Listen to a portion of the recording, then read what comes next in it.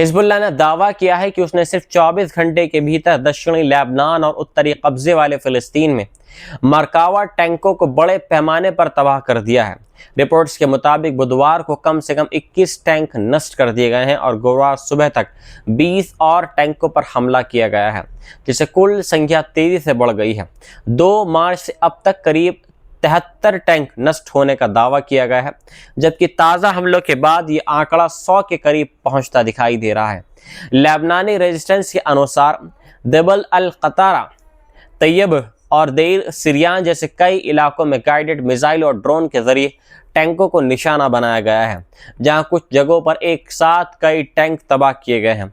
इस ऑपरेशन को मरकावा मास्केर कहा जा रहा है, जो 2006 की जंग की याद दिला रहा है, जब कम संख्या में लड़ाकों ने भारी टैंक को नुकसान पहुंचाया था। सैन्य जानकारों का कहना है कि इस बार भी रणनीति वही है, जहां सस्ते एंटी टैंक मिसाइलों का इस्तेमाल कर महंगे टैंकों को निशाना बनाया जा रहा है। एक तरफ जहां एक मिसाइल की कीमत कुछ $1000 होती है, वहीं एक मरकावा टैंक की कीमत करीब $6 मिलियन तक बताई जा रही है और इसे बनाने में करीब 2 साल लगते हैं। यानी ये लड़ाई सिर्फ हथियारों की नहीं बल्कि लागत और रणनीति की भी बन गई है। बताया जा रहा है कि बुधवार को ही हिजबुल्लाह ने रिकॉर्ड 87 ऑपरेशन किए, जिनमें मिसाइल और ड्रोन दोनों का इस्तेमाल हुआ है। ये हमला उस लंबे तनाव के बाद आया है जब लेबनान के दक्षिणी इलाकों में लगातार हमले हो रहे हैं। अब हालात ऐसे बन चुके हैं कि ये जंग धीरे धीरे कई मोर्चों पर फैल रही है और हर दिन नए सैन्य रिकॉर्ड बन रहे हैं। सबसे बड़ा सवाल यही है कि क्या ये टैंक नुकसान युद्ध की दिशा बदल देगा या फिर ये संघर्ष और ज़्यादा भयंकर रूप ले लेगा, क्योंकि जिस तेजी से हमले बढ़ रहे हैं वह पूरे क्षेत्र को एक बड़े युद्ध की ओर धकेल रहे हैं। इयाल ज़मीर ने इजराइल की वॉर कैबिनेट को चेतावनी देते हुए कहा है कि इजराइल की सेना अंदर से टूटने के कगार पर पहुंच चुकी है और उन्होंने 10 रेड फ्लैग्स उठाते हुए साफ संकेत दे दिए हैं कि हालात बेहद गंभीर हैं। ये बयान एक हाई लेवल मीटिंग में किया गया है, जिसमें बेंजामिन नेतन्याहू समेत कई बड़े अधिकारी मौजूद थे। रिपोर्ट्स के मुताबिक सेना उस वक्त अभूतपूर्व दबाव में है और अगर तुरंत कदम नहीं उठाए गए तो उसकी ऑपरेशनल क्षमता पर बड़ा असर पड़ सकता है। सबसे बड़ी चिंता सैनिकों की कमी और पॉलिसी से जुड़ी खामियों को लेकर बताई गई है, जहां चीफ ने साफ कहा है कि सेना को तुरंत नए सर्विस कानून, रिजर्व फोर्स सिस्टम में सुधार और कंपलसरी सैन्य सेवा की अवधि बढ़ाने की जरूरत है। लगातार चल रही जंग और कई मोर्चों पर लड़ाई की वजह से सैनिक थक चुके हैं और संसाधनों पर भी भारी दबाव है। ये चेतावनी ऐसे समय पर आई है जब इजराइल एक साथ कई फ्रंट्स पर संघर्ष कर रहा है, जिससे सेना की क्षमता पर गंभीर सवाल खड़े हो रहे हैं।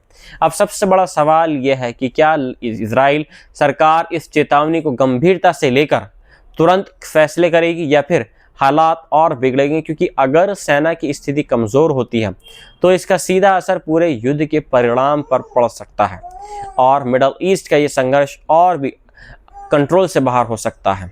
डोनाल्ड ट्रंप ने ईरान को लेकर अपनी डेडलाइन और ज़्यादा बढ़ा दी है, यानी पहले 5 दिन था, अब इसके बाद में 5 दिन और बढ़ा दिए हैं और साफ कहा है कि अगर ईरान ने स्ट्रेट ऑफ हार्मोज को दोबारा नहीं खोला तो उसके ऊर्जा संयंत्रों को निशाना बनाया जाएगा। लेकिन जवाब में इस्लामिक रेवोल्यूशनरी गार्ड कॉर्प्स ने भी कड़ा रुख अपनाते हुए ऐलान कर दिया है कि अमेरिका और इजराइल का साथ देने वाले देशों के बंदरगाहों तक जाने वाले जहाज़ों पर रोक लगा दी जाएगी। यानी अब समुद्री रास्ते भी इस युद्ध का हिस्सा बन चुके हैं और हालात तेजी से बिगड़ते जा रहे हैं। ये वही स्ट्रेट ऑफ हार्मोज है जहां से दुनिया का करीब 20% तेल गुजरता है और अगर ये बंद होता है तो पूरी दुनिया में तेल और गैस की कीमत रिकॉर्ड स्तर पर पहुंच सकती हैं, जिससे महंगाई और आर्थिक संकट गहरा सकता है। 28 फरवरी से शुरू हुई इस जंग में यूनाइटेड स्टेट्स और इजराइल के हमलों के बाद पूरी मिडल ईस्ट में संघर्ष फैल चुका है और हज़ारों लोगों की जानें जा चुकी हैं, जबकि लेबनान में भी हालात बिगड़ गए हैं, जहां बड़े पैमाने पर लोग अपने घर छोड़ने को मजबूर हो चुके हैं। इस बीच कूटनीतिक हल की कोशिशें भी जारी हैं और पाकिस्तान एक अहम मध्यस्थ बनकर सामने आया है, जहां संभावित बातचीत की तैयारी की जा रही है। जॉन वैटफुल ने संकेत दे दिया है कि दोनों पक्षों के बीच अप्रत्यक्ष संपर्क पहले से चल रहे हैं और जल्द ही सीधी बातचीत हो सकती है। दूसरी तरफ ट्रंप ने 6 अप्रैल तक का अल्टीमेट दे दिया है और कहा है कि अगर इस दौरान कोई समझौता नहीं हुआ तो बड़े हमले किए जा सकते हैं। हालांकि उन्होंने ये भी दावा किया है कि बातचीत अच्छी चल रही है, लेकिन ज़मीन पर हालात इसके बिल्कुल उलट नज़र आ रहे हैं। इस पूरे संकट का असर अब वैश्विक बाजारों पर साफ दिखाई दे रहा है, जहां कच्चे तेल, गैस और उर्वरक की कीमतें तेजी से बढ़ रही हैं और इसका सीधा असर आम लोगों की जेब पर पड़ सकता है। अब सबसे बड़ा सवाल यही है कि क्या आने वाले दिनों में बातचीत से ये संकट टल जाएगा या फिर ये जंग और ज़्यादा खतरनाक रूप लेकर पूरी दुनिया को एक बड़े आर्थिक और सैन्य संकट में धकेल देगी। वहीं दूसरी ओर ईरान के अंदर मौत का आंकड़ा लगातार बढ़ता ही जा रहा है। ताज़ा रिपोर्ट्स के मुताबिक international federation of red cross यानी रेड क्रिसेंट सोसाइटीज़ ने बताया है कि यूनाइटेड स्टेट्स और इजराइल के हमलों की शुरुआत से अब तक 1900 से ज़्यादा लोग मारे जा चुके हैं, जबकि 20,000 से ज़्यादा लोग इसमें घायल हो चुके हैं। ये आंकड़े ईरानी रेड क्रिसेंट के हवाले से सामने आए हैं, जो इस समय देश में सबसे बड़ा राहत संगठन बनकर काम कर रहा है। इस जंग का असर सिर्फ सैन्य ठिकानों तक सीमित नहीं रहा है, बल्कि आम नागरिक भी इसकी झपेट में आ रहे हैं। अस्पतालों पर दबाव बढ़ाया गया है, शहरों में तबाही के दृश्य हैं और बुनियादी ढांचे तेजी से नष्ट हो रहे हैं। रिपोर्ट्स के मुताबिक ये संघर्ष अब पूरे मिडल ईस्ट में फैल चुके हैं और इसके कारण लाखों लोग प्रभावित हो रहे हैं। सबसे बड़ी चिंता यह है कि जिस तरह से हमले लगातार तेज हो रहे हैं, उससे आने वाले दिनों में मौतों का आंकड़ा और ज़्यादा बढ़ सकता है और मानवीय संकट और गहरा सकता है। राहत एजेंसियां लगातार काम कर रही हैं, लेकिन हालात इतने ख़राब हैं कि मदद पहुंचाना भी एक बड़ी चुनौती बन गया है। यूक्रेन और सऊदी अरब ने रक्षा सहयोग का एक अहम समझौता किया है। व्लादिमीर जेलेंस्की ने खुद इसकी पुष्टि करते हुए कहा है कि यह डील भविष्य में बड़े रक्षा कॉन्ट्रैक्ट्स, टेक्नोलॉजी साझेदारी और निवेश का रास्ता खोलेगी। ये समझौता उस वक्त हुआ है जब जेलेंस्की अचानक खाड़ी दौरे पर पहुंचे हैं और उन्होंने मोहम्मद बिन सलमान से मुलाकात की है। इस बैठक में दोनों देशों ने सुरक्षा और रक्षा को मजबूत करने पर जोर दिया है और जेलेंस्की ने कहा है कि यूक्रेन अपने अनुभव और सिस्टम सऊदी अरब के साथ साझा करने के लिए तैयार है, जबकि सऊदी अरब की क्षमताएं भी यूक्रेन के लिए काफ़ी महत्वपूर्ण है, जिससे यह सहयोग दोनों के लिए फ़ायदेमंद बन सकता है। ये पूरी डील ऐसे समय में हो रही है जब रूस के खिलाफ यूक्रेन की जंग 5वें साल में पहुंच चुकी है और दूसरी तरफ ईरान के साथ बढ़ते संघर्ष के कारण अमेरिका की सैन्य सप्लाई पर भी सवाल खड़े हो गए हैं। रिपोर्ट्स के मुताबिक यूनाइटेड स्टेट्स अपने हथियारों का सप्लाई को मिडल ईस्ट की ओर शिफ्ट करने पर विचार कर रहा है, जिससे यूक्रेन पर दबाव बढ़ सकता है।